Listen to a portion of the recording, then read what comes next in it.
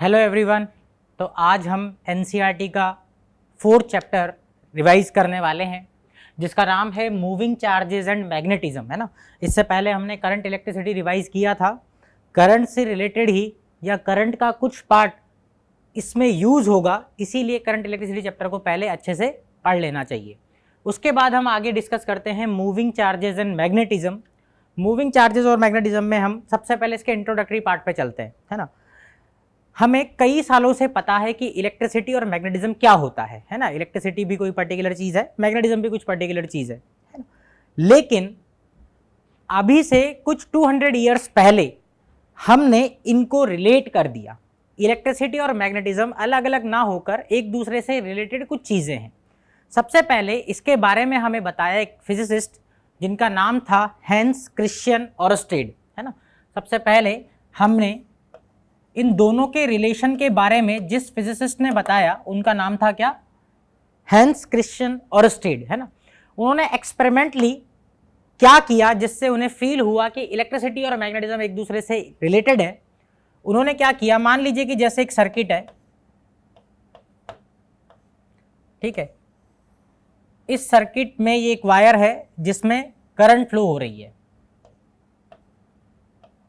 ठीक। इस तरीके से कुछ करंट फ्लो हो रही है क्योंकि इसे मैंने एक बैटरी से कनेक्ट किया हुआ है। अब इस करंट कैरिंग वायर के पास जब वो एक कंपास निडल लेकर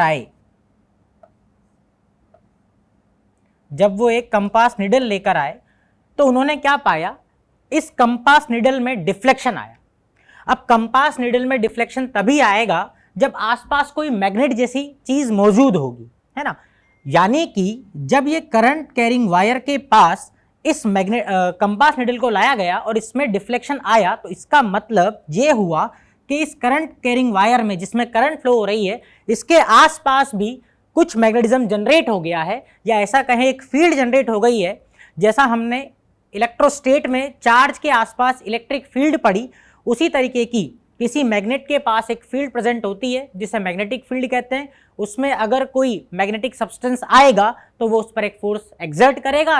और यहां पर भी क्या हुआ कि इस करंट कैरिंग वायर के आसपास एक मैग्नेटिज्म जनरेट हो गया, या ऐसा कहें कि मैग्नेटिक फील्ड जनरेट हो गई, जिसमें जब इस कंपास निडल को लाया गया तो उसमें आ जाने के कारण इसमें क्या आ गया, डिफ्लेक्शन आ गया।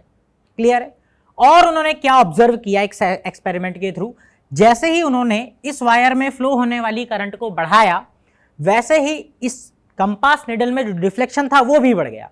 यानी कि जैसे जैसे इस करंट कैरिंग वायर में फ्लो होने वाली करंट को बढ़ाया जाएगा, इसके आसपास जो मैग्नेटिक फील्ड जनरेट हो रही है उसकी वैल्यू भी क्या हो जाएगी, इंक्रीज हो जाएगी।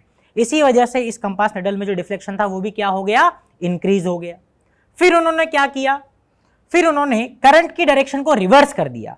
मतलब कि अगर इस वायर में करंट इस तरीके से फ्लो करवाई जाए, यानी कि इस बैटरी की पोलैरिटी चेंज कर दीजिए, पॉजिटिव नेगेटिव चेंज कर दीजिए, तो करंट की डायरेक्शन चेंज हो जाएगी। तो जब इस वायर में फ्लो होने वाली करंट की वैल्यू को क्या किया गया, रिवर्स किया गया, तो यहां पर जो डिफ्लेक्शन आ रहा था वो भी क्या हो गया, रिवर्स हो गया। यानी कि पहले जिस डायरेक्शन में ये निडल डिफ्लेक्ट हो रही थी, उसके अपोजिट डायरेक्शन में ये निडल क्या हुई, डिफ्लेक्ट होने लगी। क्लियर है क्या भाई।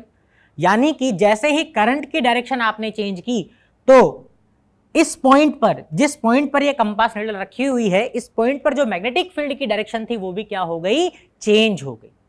तभी यहां पर जिस डायरेक्शन में पहले डिफ्लेक्शन आ रहा था, अब जस्ट उसके अपोजिट डिफ्लेक्शन आ रहा है। क्लियर। तो इस पर्टिकुलर एक्सपेरिमेंट से उन्होंने एक कंक्लूजन निकाला कि जब भी किसी वायर में करंट फ्लो करवाई जाती है, या यूं कहें चार्ज पार्टिकल मूव कर रहा होता है, क्योंकि चार्ज पार्टिकल जब मूव करेगा तभी करंट आएगी, तो अगर कहीं पर चार्ज पार्टिकल मूव कर रहा है या यूं कहें करंट फ्लो हो रहा है, तो उसके आसपास एक फील्ड जनरेट हो जाती है जिसे क्या कहा जाता है भाई, मैग्नेटिक फील्ड कहा जाता है। जिस तरीके से इलेक्ट्रोस्टेट में हमने इलेक्ट्रिक फील्ड पढ़ा था जो कि एक स्टेशनरी चार्ज की वजह से प्रोड्यूस होती है, सिमिलरली एक मूविंग चार्ज की वजह से या करंट की वजह से कौन सी फील्ड प्रोड्यूस होती है, मैग्नेटिक फील्ड। और इस मैग्नेटिक फील्ड में अगर कोई मैग्नेटिक सब्सटेंस आएगा तो वो फोर्स फील करेगा, जैसे कि ये कंपास निडल जिसमें क्या आ गया था, डिफ्लेक्शन आ गया था। खास बात यह है कि ये डिफ्लेक्शन जो आया था, या ये जो निडल है ये हमेशा एक हाइपोथेटिकल सर्कल के टेंजेंशियल डायरेक्शन में अलाइन हो जा रही थी बार बार। यानी कि जो डिफ्लेक्शन आ रहा था तो इस निडल का जब ओरिएंटेशन देखा गया तो हमने ऐसा पाया कि ये निडल जो है हमेशा एक सर्कल के टेंजेंशियल डायरेक्शन में अलाइन हो जा रही थी। या हमने जब इस वायर के आसपास कुछ आयरन फिलिंग्स को डाला तो वो आयरन फिलिंग्स जो है एक कंसेंट्रिक सर्कल्स की फॉर्म में अरेंज हो गई, है ना। इन दोनों ही बातों से यह कंक्लूजन निकलता है कि इस करंट कैरिंग वायर के आसपास जो मैग्नेटिक फील्ड लाइंस बनने वाली है वो कैसी बनने वाली है, कंसेंट्रिक सर्कल्स की फॉर्म में बनने वाली है ना। और उन कंसेंट्रिक सर्कल्स की फॉर्म में जो मैग्नेटिक फील्ड लाइंस बनेगी इस तरीके से, तो किसी भी पॉइंट पर जो मैग्नेटिक फोर्स की डायरेक्शन होगी वो हमेशा कैसी होगी, उस पॉइंट के टेंजेंशियल डायरेक्शन में होगी। तभी तो यहां पर जो मैग्नेटिक नीडल थी वो हमेशा इस सर्कल के टेंजेंशियल डायरेक्शन में अलाइन हो गई। क्लियर? तो इस पर्टिकुलर एक्सपेरिमेंट से ये कंक्लूजन निकला कि इस करंट कैरिंग वायर के आसपास जो मैग्नेटिक फील्ड लाइंस बनने वाली है वो कैसी बनने वाली है, कंसेंट्रिक सर्कल, जिसके सेंटर पर ये वायर प्रेजेंट है और जिसके प्लेन के परपेंडिकुलर में ये वायर है। क्लियर है भाई? ये बातें अपने को किसने बताई, और स्टेड ने एक्सपेरिमेंटली प्रूव किया कि करंट कैरिंग वायर जो है वो क्या प्रोड्यूस करता है, मैग्नेटिक फील्ड प्रोड्यूस करता है। उसके बाद मैग्नेटिज्म में और आगे एक्सपेरिमेंट्स हुए। एक साइंटिस्ट आए जिनका नाम था मैक्सवेल।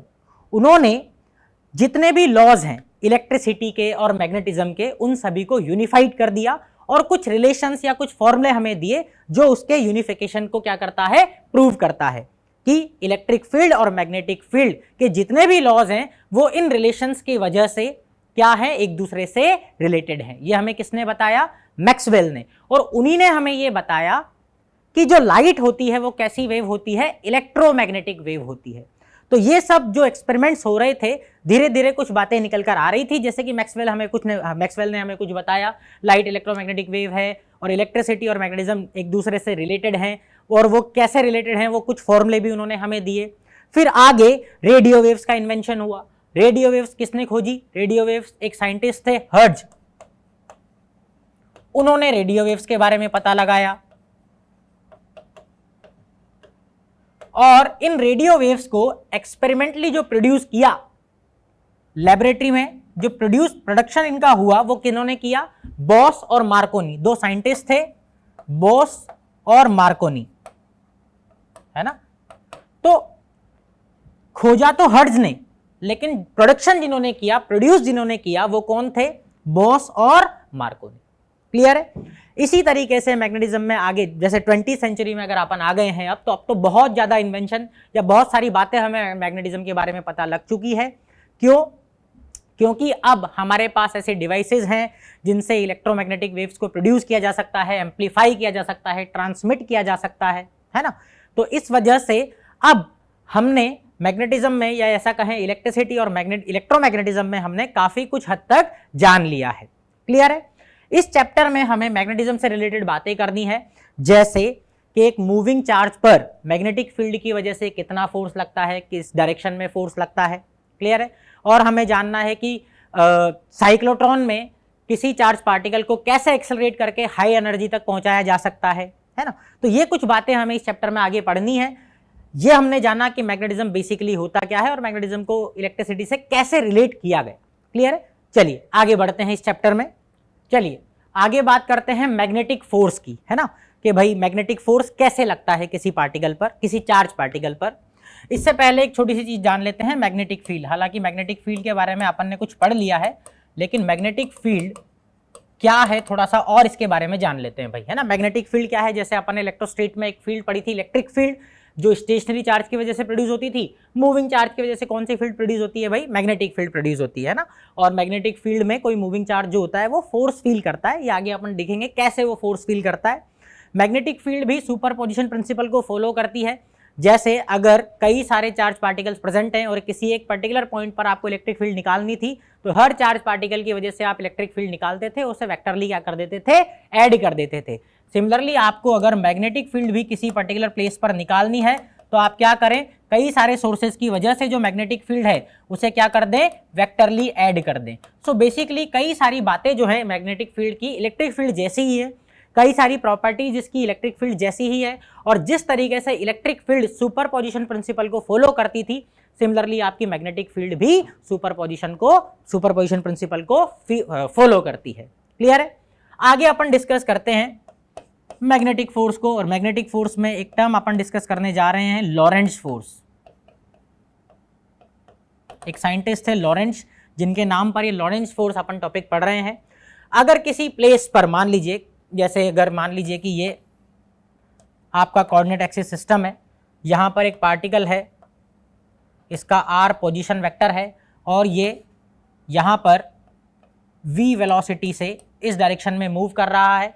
यहाँ पर कुछ मैग्नेटिक फील्ड भी है और यहाँ पर कुछ इलेक्ट्रिक फील्ड भी है ना।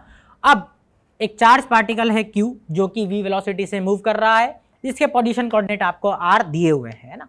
तो ये चार्ज पार्टिकल इलेक्ट्रिक फील्ड की वजह से भी फोर्स फील करेगा और मैग्नेटिक फोर्स फील्ड की वजह से भी फोर्स फील करेगा। जो नेट फोर्स होगा वो कुछ इस तरीके से लिखा जाएगा,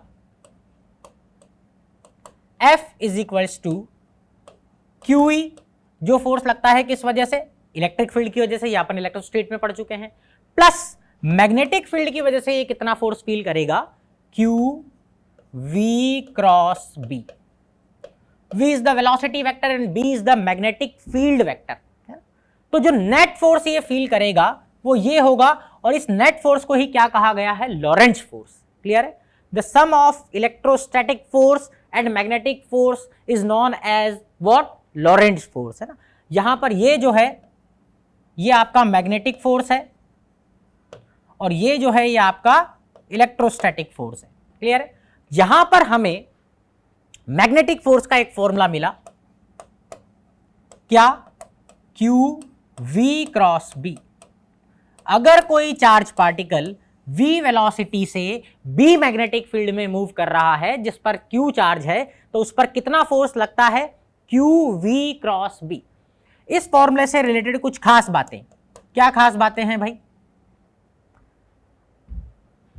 अगर चार्ज पार्टिकल की वेलोसिटी जीरो होगी, अगर चार्ज पार्टिकल मूव ही नहीं कर रहा होगा, v की वैल्यू अगर जीरो होगी, तो उस पर लगने वाला मैग्नेटिक फोर्स भी कितना होगा, जीरो होगा। यानी कि स्टेशनरी चार्ज पार्टिकल पर मैग्नेटिक फील्ड फोर्स नहीं लगाती है। जब चार्ज पार्टिकल मैग्नेटिक फील्ड में मूव कर रहा होगा तभी उस पर मैग्नेटिक फोर्स आएगा। एक और खास बात, अगर v और b पैरेलल हैं या एंटी पैरेलल हैं, वेलोसिटी वेक्टर और मैग्नेटिक फील्ड अगर एक दूसरे के पैरेलल हैं या एंटी पैरेलल हैं, तो क्योंकि यहां पर हम लोग क्रॉस प्रोडक्ट कर रहे हैं, और दो वेक्टर क्वांटिटीज अगर एक दूसरे के पैरेलल होती है या एंटी पैरेलल होती है, तो उनका क्रॉस प्रोडक्ट हमेशा कितना आता है, जीरो आता है। यानी कि अगर वेलोसिटी वेक्टर और मैग्नेटिक फील्ड पैरेलल होंगे या एंटी पैरेलल होंगे, तो चार्ज पार्टिकल पर लगने वाला मैग्नेटिक फोर्स कितना होगा भाई, जीरो होगा। क्लियर है? अब इस मैग्नेटिक फोर्स की डायरेक्शन की बात करते हैं। क्रॉस प्रोडक्ट में हम लोग डायरेक्शन किस तरह से निकालते थे, ए क्रॉस बी जब करते थे तो राइट हैंड थंब रूल हम यूज करते थे, ए वेक्टर की तरफ फिंगर्स को फैलाते थे और बी वेक्टर की तरफ कर्ल करते थे, तो ए क्रॉस बी वेक्टर की डायरेक्शन आती थी। सिमिलरली आपको इस मैग्नेटिक फोर्स की डायरेक्शन पता करनी है तो वी क्रॉस बी हम करेंगे, वेलोसिटी वेक्टर की तरफ राइट हैंड की फिंगर्स को फैलाएंगे और बी वेक्टर यानी कि मैग्नेटिक फील्ड की तरफ क्या करेंगे, कर्ल करेंगे। सपोज कीजिए ये आपका वेलोसिटी वेक्टर है, एक चार्ज पार्टिकल है जो इस डायरेक्शन में मूव कर रहा है, बी आपका ऐसे ऊपर की तरफ है, तो आपको क्या करना है, इस तरीके से वेलोसिटी वेक्टर की तरफ थंब फिंगर्स को फैलाना है और बी की तरफ कर्ल करना है। तो बी ऊपर है तो मैंने अपवर्ड डायरेक्शन में कर्ल की, तो थंब मेरा ऐसे बाहर की तरफ आया, perpendicular to the board outside, perpendicular to the board outside. Perpendicular to the board outside को रिप्रेजेंट करने का तरीका है, एक डॉट को गोले में बंद कर दीजिए। इस डायरेक्शन में मेरा कौन आएगा भाई, मैग्नेटिक फोर्स आएगा। क्लियर? ये मेरे मैग्नेटिक फोर्स की डायरेक्शन। V क्रॉस B करेंगे, राइट हैंड थंब रूल का यूज करेंगे और क्या, मैग्नेटिक फोर्स की डायरेक्शन निकाल लेंगे। अगर आपको मैग्नीट्यूड चाहिए तो इसी फॉर्मूले को आप इस तरीके से लिख सकते हैं,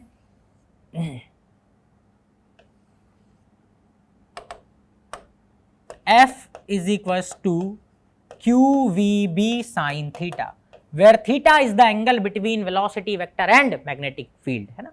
और आपको कंप्लीटली इसे वेक्टर फॉर्म में रिप्रेजेंट करना है तो आगे एन कैप चिपका दीजिए, where n cap direct, n cap जो है यहाँ पर फोर्स के डायरेक्शन के अलोंग कोई यूनिट वेक्टर है। सो ये आपका क्या हो गया, मैग्नेटिक फील्ड में कोई चार्ज पार्टिकल कितना मैग्नेटिक फोर्स फील करेगा उसका फॉर्मूला। क्लियर है भाई? चलिए आगे बढ़ते हैं।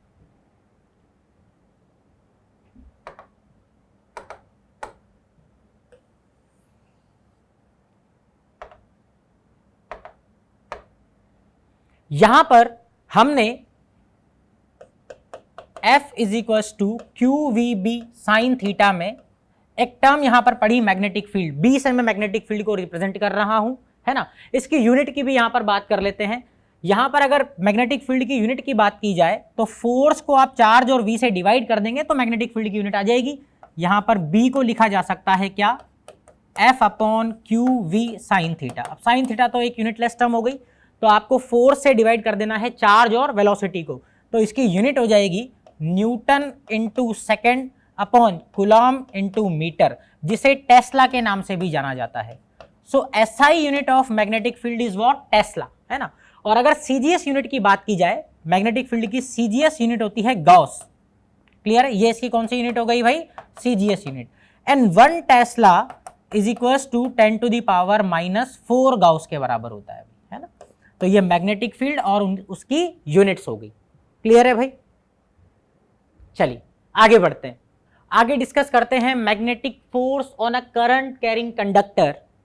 क्लियर है? अगर एक करंट कैरिंग कंडक्टर को मैग्नेटिक फील्ड में रख दिया जाए तो वो current carrying conductor force feel करता है। ऐसा क्यों होता है? ये लॉजिकल भी है। अभी अभी हमने जाना कि अगर एक चार्ज पार्टिकल मैग्नेटिक फील्ड में मूव कर रहा होगा तो उसके ऊपर एक फोर्स एक्सर्ट होगा मैग्नेटिक फील्ड की वजह से। अब मान लीजिए कोई करंट कैरिंग कंडक्टर है जिसमें करंट फ्लो हो रहा है, तो एग्जैक्टली इसके अंदर फ्लो कौन हो रहा है, चार्ज। और ये अगर मैग्नेटिक फील्ड में रखा हुआ है तो वो चार्ज पार्टिकल जो इस वायर के अंदर दौड़ रहे हैं वो किसी मैग्नेटिक फील्ड में है, तो उन सभी चार्ज पार्टिकल्स पर फोर्स लगेगा क्यू वी क्रॉस बी के अकॉर्डिंग, जो भी हमने पढ़ा। तो और वो सभी चार्ज पार्टिकल्स हैं वायर के अंदर, यानी कि वायर भी एक पर्टिकुलर फोर्स फील करेगा। तो ये बात लॉजिकल भी है कि अगर किसी करंट कैरिंग वायर को मैग्नेटिक फील्ड में रख दिया जाता है तो उस पर एक मैग्नेटिक फोर्स एक्ट करने लगता है। वो कितना होता है, किस डायरेक्शन में एक्ट करता है, उसकी बात हम लोग करेंगे। ठीक है, मान लेते हैं कि इस वायर में चार्ज डेंसिटी या number of charge particles per unit volume कितने प्रेजेंट हैं, n। इसका क्रॉस सेक्शनल एरिया है a और इस वायर की लेंथ है कुछ l। ये हमने मानकर रख लिया। क्लियर? इसके अंदर जो सभी चार्ज पार्टिकल्स हैं उन सभी चार्ज पार्टिकल्स पर चार्ज है q, और वो सभी के सभी चार्ज पार्टिकल ऐसे कांस्टेंट वेलोसिटी से दौड़ रहे हैं, दैट इज ड्रिफ्ट वेलोसिटी, जो हम करंट इलेक्ट्रिसिटी चैप्टर में निकाल कर लाए हैं। क्लियर? अगर इसके अंदर per unit volume n charge particles present हैं तो total number of charge particles कितने हो गए, यूनिट वॉल्यूम में n प्रेजेंट है और वायर का वॉल्यूम कितना हो गया, a into L. So total number of charge particles कितने हो जाएंगे, n into a into L. और एक चार्ज पार्टिकल पर चार्ज कितना प्रेजेंट है, स्मॉल q। तो टोटल चार्ज जो फ्लो कर रहा होगा इस वायर के अंदर वो कितना होगा, number of charge particles into एक चार्ज पार्टिकल पर प्रेजेंट चार्ज, यानी कि ये हो जाएगा NaL इंटू Q। ये टोटल चार्ज इसके अंदर फ्लो कर रहा होगा। क्लियर है भाई? और अभी अभी जो हमने फॉर्मूला पढ़ा कि चार्ज अगर मूव कर रहा है किसी पर्टिकुलर वेलोसिटी से तो उस पर फोर्स कितना एग्जर्ट होगा मैग्नेटिक फील्ड में, हमने अभी भी जाना क्यू वी क्रॉस बी। थोड़ी देर के लिए एंगल अगर अपन थीटा कंसीडर कर ले चार्ज पार्टिकल की वेलोसिटी और मैग्नेटिक फील्ड के बीच में, तो जो फोर्स आने वाला है वो कितना आने वाला है भाई, Q V B sine theta के बराबर। अभी केवल मैग्नीट्यूड की बात कर लेते हैं भैया ना, अभी केवल मैग्नीट्यूड की बात कर रहे हैं, वेक्टर का साइन हटा देते हैं। अब क्यू की वैल्यू को यहां पर पुट कर देते हैं। क्यू हमने कितना निकाला, NaL इंटू क्यू। वी की जगह पर आएगी आपकी ड्रिफ्ट वेलोसिटी और यहां पर मैग्नेटिक फील्ड लिखी हुई है, साथ में क्या लिखा हुआ है, साइन थीटा। आगे फॉर्मूले को बढ़ाते हैं, एन क्यू और V D, N Q and V D, इनको एक साथ लिख लिया। बाहर मेरे पास क्या क्या बच गया, A L B into sine theta, बाहर मेरे पास ये बच गया। ठीक है, कैपिटल स्मॉल एल है, कैपिटल एल से रिप्रेजेंट कर लेते हैं लेंथ को। NQVD ये क्या बन गया मेरे पास, करंट डेंसिटी। तो इसे मैंने लिख लिया J करंट डेंसिटी, साथ में लिखा हुआ है ALB इंटू साइन थीटा। ये मेरे पास फोर्स का फॉर्मूला चल रहा है इधर, ठीक। J इंटू ए क्या हो जाता है आपका करंट जो इस वायर में फ्लो हो रही है। तो F इज इक्वल टू क्या मेरे पास रिलेशन आ गया, ILB into sine theta. Cross product जैसा कुछ फॉर्मूला मुझे नजर आ रहा है। इसे अगर वेक्टर फॉर्म में लिखा जाए तो ये फॉर्मूला कुछ इस तरह से होगा, IL cross B। L vector जो है, यहां पर एक वेक्टर है जिसकी लेंथ या जिसकी मैग्नीट्यूड इस वायर की लेंथ के बराबर होगा और जिसकी डायरेक्शन जिस डायरेक्शन में आपका करंट फ्लो हो रहा है उस डायरेक्शन में होगी। क्लियर है? तो यहां पर जो L है ये हो गया एक वेक्टर जिसकी मैग्नीट्यूड इस वायर की लेंथ के बराबर है, और यहां पर जो B है ये मैग्नेटिक फील्ड है ना। ये मैग्नेटिक फील्ड वो नहीं है जो ये वायर प्रोड्यूस कर रहा है, क्योंकि एक करंट कैरिंग वायर भी अपने आसपास मैग्नेटिक फील्ड प्रोड्यूस करता है, ये वो मैग्नेटिक फील्ड नहीं है। जिस एक्सटर्नल मैग्नेटिक फील्ड में इस वायर को रखा गया है, किसी एक्सटर्नल सोर्स से कुछ मैग्नेटिक फील्ड मैंने प्रोवाइड की हुई है, जिस एक्सटर्नल मैग्नेटिक फील्ड में ये वायर रखा हुआ है ये वो मैग्नेटिक फील्ड है। क्लियर है? और अगर इस मैग्नेटिक फील्ड में इस L लेंथ के वायर को रख देंगे तो ये कितना फोर्स फील करेगा, IL क्रॉस B। ये फोर्स ये फील करने वाला है। So this is the force on a current carrying conductor present in a magnetic field. चलिए आगे बढ़ते हैं। चलिए, जो पार्ट अभी तक अपन ने मूविंग चार्ज एंड मैग्नेटिज्म का पढ़ा उससे रिलेटेड कुछ क्वेश्चंस देखते हैं, ताकि जो अभी तक आपने पढ़ा है वो रिवाइज करने में आपको हेल्प मिलेगी, है ना। पहला सवाल जैसे दिया हुआ है, which physicist invented that electricity and magnetism are related. सबसे पहले हमें इलेक्ट्रिसिटी और मैग्नेटिज्म रिलेटेड है किसने बताया था, ऑरस्टेड ने बताया था। नेक्स्ट क्वेश्चन, मूविंग चार्जेस और current produces in the surrounding space. Moving charges और करंट क्या प्रोड्यूस करते हैं अपने आसपास, मैग्नेटिक फील्ड प्रोड्यूस करते हैं, ठीक। आगे, the laws obeyed by electricity and magnetism were unified and formulated by। Electricity और मैग्नेटिज्म के लॉज को यूनिफाई किन्होंने किया था, मैक्सवेल ने किया था। आगे, radio waves were discovered by. Radio wave की डिस्कवरी किसने की थी भाई, हर्ट्ज ने की थी, है ना। आगे, unit of magnetic field. Magnetic field की यूनिट क्या है भाई, ऐसा यूनिट की जैसे ये बात कर रहा है। यहां पर क्वेश्चन को थोड़ा सा आगे ठीक कर लेते हैं। SI यूनिट है ना, SI unit of magnetic field क्या है भाई, टेस्ला, है ना। आगे, magnetic field exerts a force on. Magnetic field किन पर फोर्स एक्सर्ट करती है, मूविंग चार्जेस पर, स्टेशनरी चार्ज पर जीरो होता है ना। Next, if velocity and magnetic field are parallel और anti parallel then value of magnetic force. अगर वेलोसिटी वेक्टर पैरेलल या एंटी पैरेलल होंगे तो थीटा की वैल्यू 0 डिग्री या 180 डिग्री होगी और फोर्स की वैल्यू कितनी हो जाएगी, 0 हो जाएगी। Next, 1 tesla is equals to, एक टेस्ला कितने गाउस के बराबर होता है, 10⁻⁻⁴ गाउस के बराबर होता है। Next, magnetic force on a current carrying wire in a magnetic field. अभी अभी हमने पढ़ा, फॉर्मूला होता है IL cross B। Next, if in F is equals to IL cross B, B is what, magnetic field produced by current carrying wire, नहीं, external magnetic field है ना। वो जो B था वो क्या था, एक्सटर्नल मैग्नेटिक फील्ड। चलिए, थैंक यू।